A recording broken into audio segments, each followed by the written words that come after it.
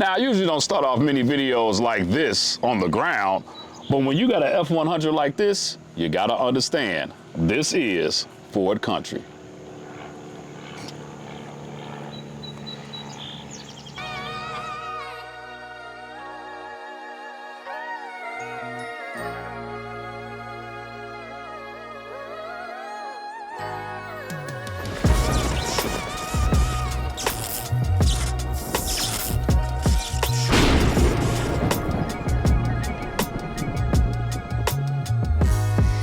All right, so what's happening, everybody? It's your boy Kenneth Sean with the world famous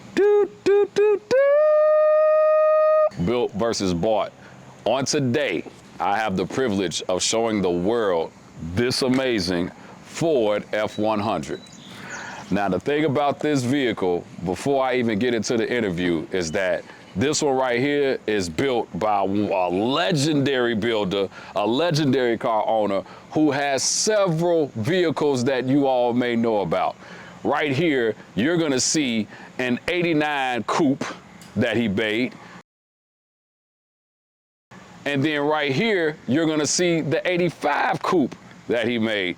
And he also got something else for us, but we'll get into that later. Let's now focus on this car right here.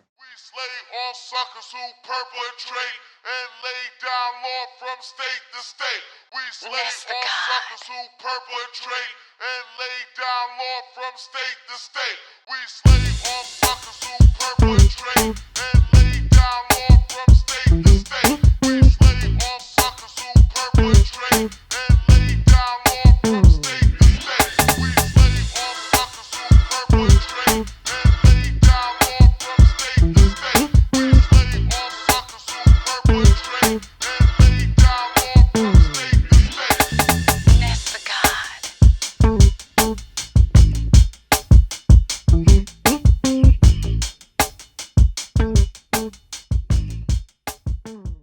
All right, so young man, introduce yourself.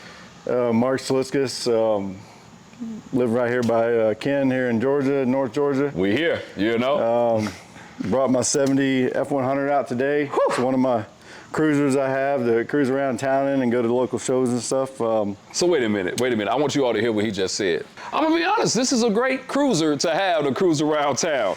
So you say it's a 70 F100, and I mean, honestly, you have done an amazing job. There's so many details that we can go over with today, but first off, why a F100? So I made the mistake of buying one probably about 5 or 6 years ago when I had my first red coupe. Yeah. And ever since then, I've had the bug for one. I watched the episode of Gas Monkey Garage. Yeah. You probably remember when they built the green one. Yep. And ever since, it's like, gotta have one of those trucks. Gotta have one. And then I bought one and did it like this, and my wife talked me into selling it because I didn't have anywhere to store it at the time. And so I bought this one on a whim. Yep. And from a buddy of mine that owned it. Okay. And it's a local Georgia truck. It's been right here in Beaufort, Georgia, Duluth, Georgia, its whole life. Yeah. It's been in Duluth. Wow, it's been in Duluth. So it sat under an awning, and I bought it from him, and then I restored it.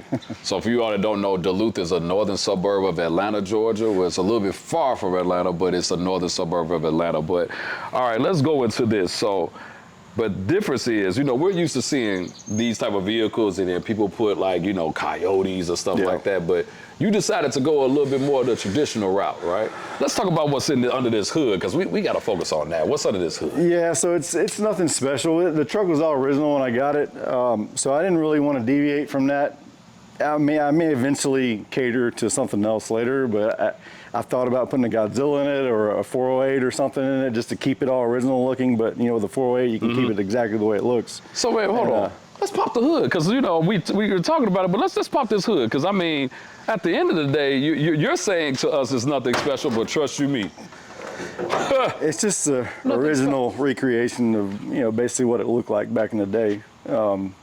But I did build headers for it because they don't make headers for these cars, for these motors.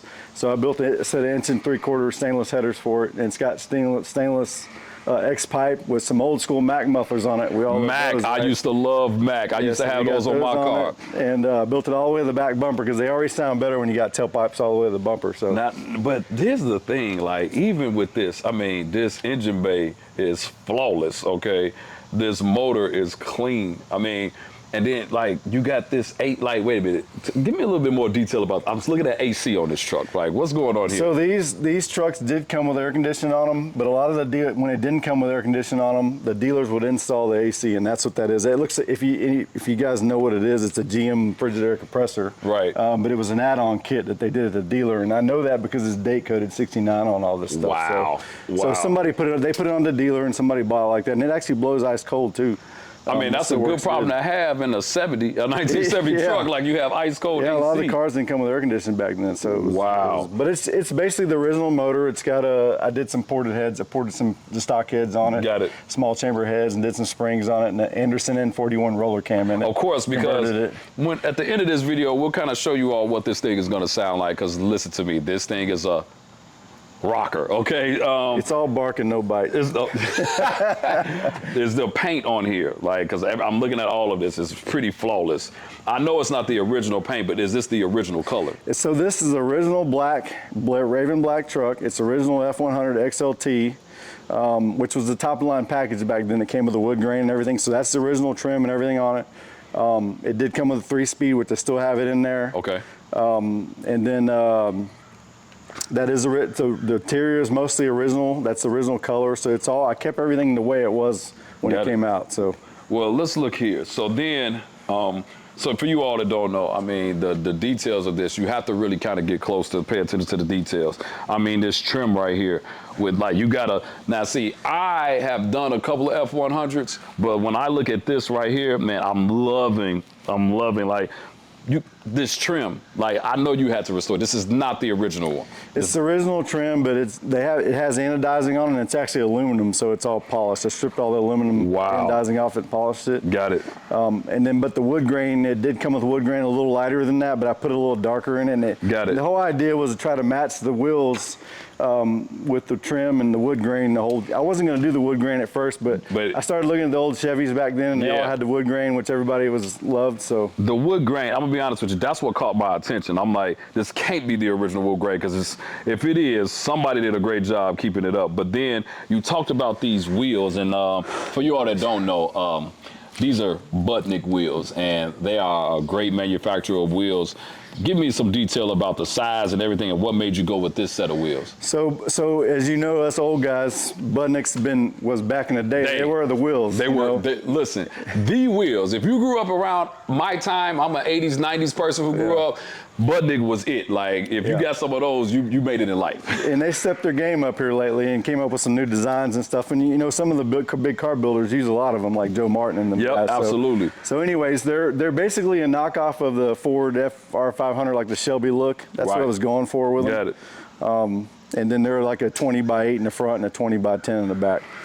And then it's got the red line tires, which the high dot those things are stupid expensive for a stupid red line on them. But look, so this is what you're paying for right here. You're paying for that red line on the tire, But at the end of the day, it speaks to how rare a lot of things are on this vehicle. Now, you know, I have to say this. I know how it is to have a polished lip wheel, and you all, this is how clean this vehicle is. Polished lip wheels are the hardest thing to keep clean, because when you get brake dust on them, sun and everything, you just can't wash them, you know, especially when they're hot. But he has done a great job with keeping this clean. But now let's focus in and kind of come to this interior of the vehicle. I'm scared. I don't touch nothing I can't afford, but hold on, let me.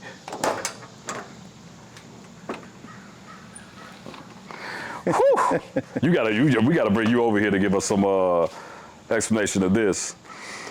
All right, so. Yeah, so the XLT package came with all the wood grain in it. It was like a burro lap looking wood. That's not the original stuff, but it's the closest I could find today to what the original was. Got it. But everything, all the extra stuff you see in here was the top of the line package they had back in the day with the trim package. They had the little piece in the dash, the wood grain in the bezels, the door panels are different on the XLT. Right, and then it's got the dealer installed AC on the bottom, but it's pretty much original the way it came. Obviously, they weren't that shiny on the inside. I repainted the whole inside, basically a clear coat. You did a great job. Yeah, it's got all house color or clear on it. Now, I'm looking at here, so this is a stick shift, but it has a column shifter in it. So I'm gonna assume this is a 3-speed. Yeah, that's to keep kids from stealing it. They don't know how to drive it. Right, exactly. So for you all that don't know, it's still a stick, but it's up here, and so you're not down here, young people. So first is all the way down, second up, and then third down. Yeah. Like, and reverse is pull in and up. I haven't seen that in years, but yeah, it's cool to drive. Thanks to my old man, I know about that. And so, man, as we go into the bed, like, I don't know so you definitely don't put anything inside this bed, because this, man, I can't tell you how many hours I got in this bed, because it's the original floor bed, but it was clean, but somebody had drilled holes on the front of it, had to weld it up, and just doing all the body work on this thing from the bottom and the top. You basically have to tilt it on I put it on rollers on dollies, and bang it from the inside and straighten it as much as you can. I mean, you get it as good as you can, and then you body work it from there. But wow, it's got this is the gas cap. This is off of a Harley motorcycle. Oh, wait a minute. Oh, no. You got to do that for us again. Close that. Oh, yeah, we got to see that again. So this is a Harley Davidson aftermarket gas cap. So you basically twist it, pull it out, and that's where you put the gas into that. So, okay, so the world is going to ask me in the comments, so I'm going to do this before they ask me. You must let this bed down. You must let the tailgate down to actually put this gas in, because I know you're not putting that pump. No, it's I don't know. I just put it in on the top, but I mean, I do put it down sometimes. Got it. Wow. This is the first time I've ever seen that. I mean, I think that's very unique for a gas cap, but obviously that's not the way it came from the factory. You did that yourself. Let me ask you this: what inspired you to go that route instead of how it was done from the factory? So all these trucks came with a gas tank behind the seat, which is, if you've ever driven with gas in the cab, it's not fun. No. It smells, and it has a cap here that's got shaved, but you hear it slosh every time you turn the corner. Got it. And it stinks all the time, so that everybody wants to get rid of the tank behind that. So it's got basically a 70 Mustang gas tank in it. And that's the best way to do it. Well, you definitely did it. You definitely did it great, and I love the detail of the wheels, how you have them tucked in very nicely, very nice lip. I mean, you definitely did. You definitely have that offset looking amazing on those wheels, and like I said, the whole detail of this truck, you all, the camera would never do this vehicle 100% justice. I think I bought it in April of last year, start to finish, and I just worked on it in my free time. Thanks to my wife. She's pissed off every time I go out in the garage, but it is what it is. That's all of our wives. Shout out, hey, babe, love you. Right, me too, yeah. Don't watch this video. But she was very cool and she's like, yeah, get it done, so she, was cool with me letting it do it. So let me ask you this. You did the paint as well? Yeah, I do everything.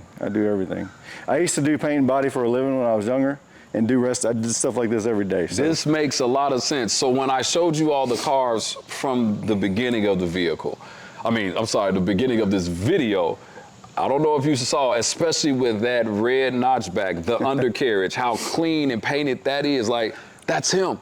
This is I wish I could paint that well. I can't even paint my house that good. It's a labor of love. Nobody ever put that much time into a Fox body again, probably. But this right here, like I said, you've done a great job. I love the level of detail that you put into it. Like I said, I love the level of detail that you have put into this thing.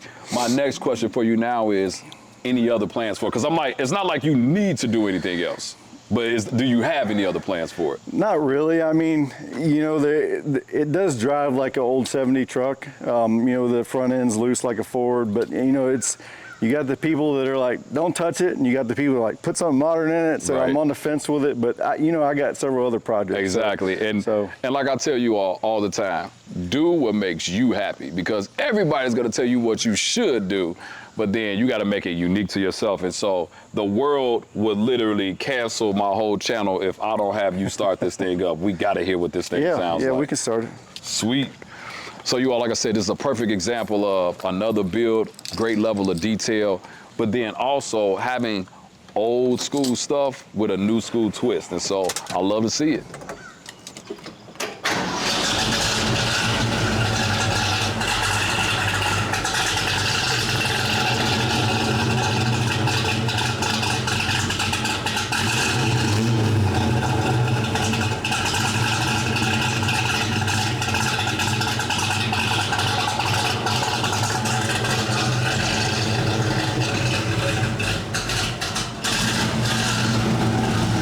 It's carbureted, man.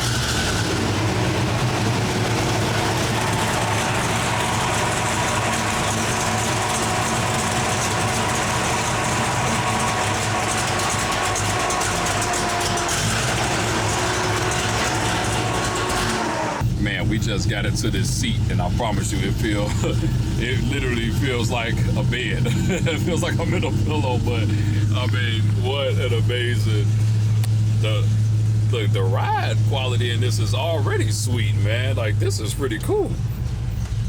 Yeah, it drives good. Yes. It's not, a lot of people lower these and put them on bags, and I'm too old for all that. I just like it little, sit just right and good enough where it rides good. No, I understand that. I mean, but it's still, for you young guys who don't know how to shift. I mean, we'll go through them here in a minute. Yep.